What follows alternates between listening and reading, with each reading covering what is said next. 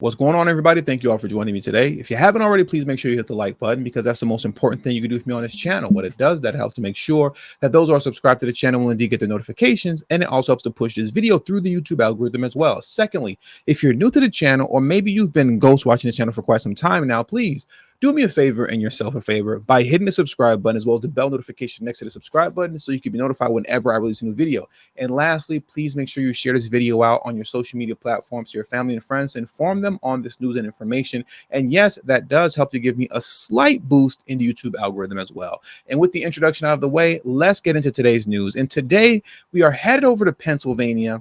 And what I want to do while we're in Pennsylvania is that I want to take a moment to look at this video here. There's a clip that has been making its rounds on social media, an NBC clip in which they were speaking to some of the good men and women, black men and women of Philadelphia, right? To get their feel of the election, how they feel about Trump versus Harris. And this is kind of a big deal because we all know Pennsylvania, excuse me if I was saying Philadelphia, it's just habit, but we all know Pennsylvania is a battleground state, right? It's a swing state. So this means something, what they're going to say and what they're going to talk about here. And what we're getting ready to watch right now is this elderly black woman who literally comes to the brink of tears when she's discussing how badly and how much of a negative impact Bidenomics is having on her life, on the life of those she knows and love, and even the people that she doesn't know. And that's affecting her emotionally just to think about it, let alone talk about it. So I want to play this clip here. It's only about 45 seconds. And then I want to take a moment to unpack what it is that she's saying and what she's discussing here. How hard has inflation hit you? It hit me hard. It's hitting me hard. Who do you blame for it? I blame the federal government at this point. If a working class mom who works as a paralegal cannot buy a $2 bell pepper because it's now $5, imagine a mother living on food stamps. Imagine a mother who's making minimum wage trying to feed children. They're killing us without killing us. If you understand that. They're killing us without telling us they're killing us. They're hurting people in ways that they can't help themselves. It's either feed my child or how about feed my children and I don't eat, but I have to go work. Now, a lot of people have been discussing this clip and, they've been sympathizing with her and saying, oh, yeah, you see what the Biden-Harris administration has done, a lot. But here's the thing. I was actually very irritated and disappointed when I heard this because of what she stated in the first 10 seconds of this clip. I'm curious if you all caught it. I'm going to play it one more time, but only the first 10 seconds. And then I'm going to elaborate. How hard has inflation hit you? It hit me hard. It's hitting me hard. Who do you blame for it? I blame the federal government at this point. If a working class... Stop right there. You see, that's the problem. Let me explain something to you guys. This elderly woman, she knew exactly what the host was asking her when she said, who do you blame for this? And this woman knows the truth. And she knows Biden and Harris is to blame. But she will not allow herself to verbally say that because she can't dare process the thought and idea of her voting for Trump. She knows the truth. She knows the truth. Bidenomics is to blame. They're the ones who were in power the last 4 years. She knows the truth and refuses to say it. And therein lies your issue. And that's why all your woes that you're dealing with now will continue because you don't want to be honest with yourself. It's stuff like this that made Biden so comfortable 4 years ago when he was on the Breakfast Club talking to Charlamagne the Lesser Charge God. It's stuff like this that made him so comfortable in saying, well, if you don't vote for me, you ain't black. It's stuff like this that makes him that comfortable and all Democrats that comfortable. Because it comes across as true when you refuse to state a basic truth. Technically, is it the federal government? I guess, yes, technically. Realistically, the question that the host was asking you, You know the answer that she wanted from you. When I say you know the answer she wanted from you, I'm not saying whether or not she specifically wanted Harris or Trump, but you know that she wanted you to name a name, and instead you opted to lie to yourself and say it was the federal government. Because unfortunately for Black folks, voting blue is such a religion. And even in the face of the truth that's verifiable by data, you will still deny that and go vote for Harris anyways. That is insane. Speaking of verifiable data and information, I want to get into that right now. I want to get into the truth as it pertains to the economy and inflation. Let's get into the truth right now.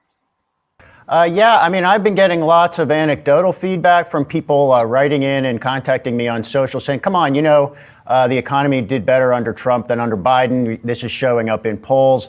Voters definitely say they trust Trump more than Biden on the economy. So I just went into the data to figure out, well, is that true or not? And looked at inflation, which, of course, is the biggest thing that's on people's mind. And yeah, it is true. So under Biden so far, we've had 3 years under Biden. So we compared Biden's first 3 years with Trump's first 3 years. Total inflation under Biden under 3 years is around 17%. Under Trump, it was only 6%.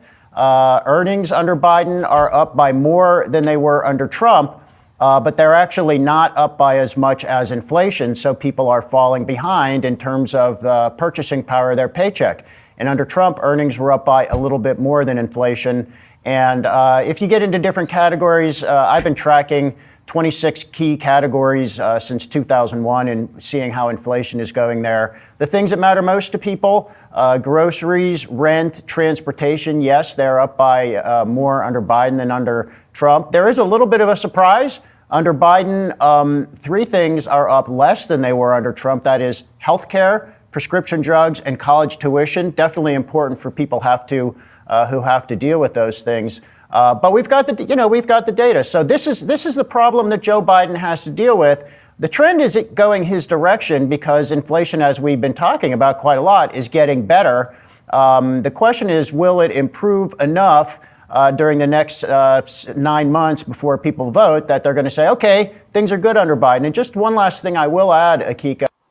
Now, what he said right there and then, that's what a lot of folks like the elderly Black woman that was speaking is banking on.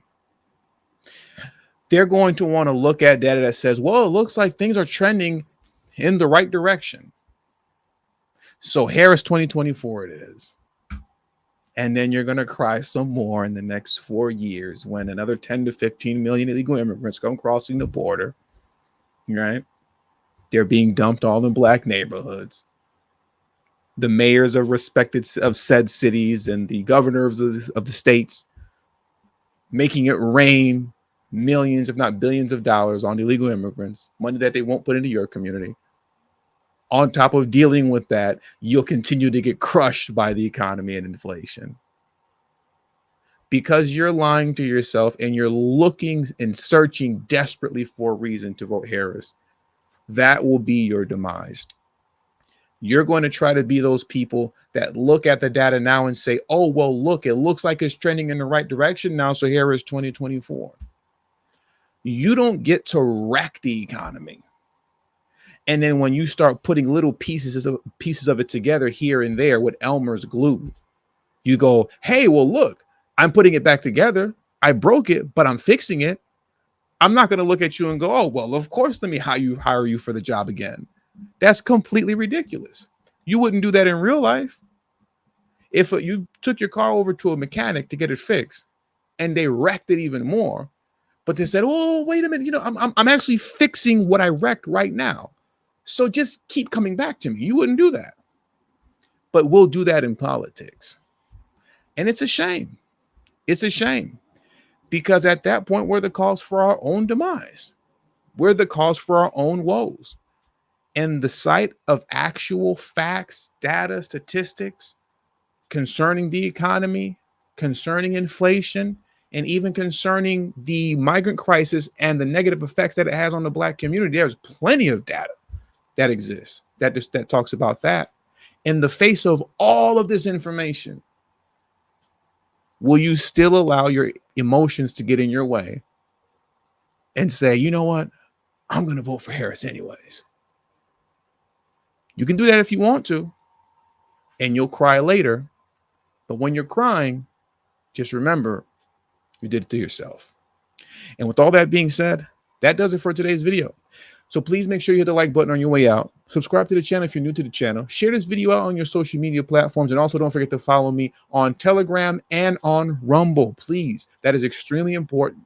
Both my Telegram and Rumble link will be in the description box below, as well as pinned in the comment section as well. Thank you all for your time, and until the next video, peace and have a great afternoon.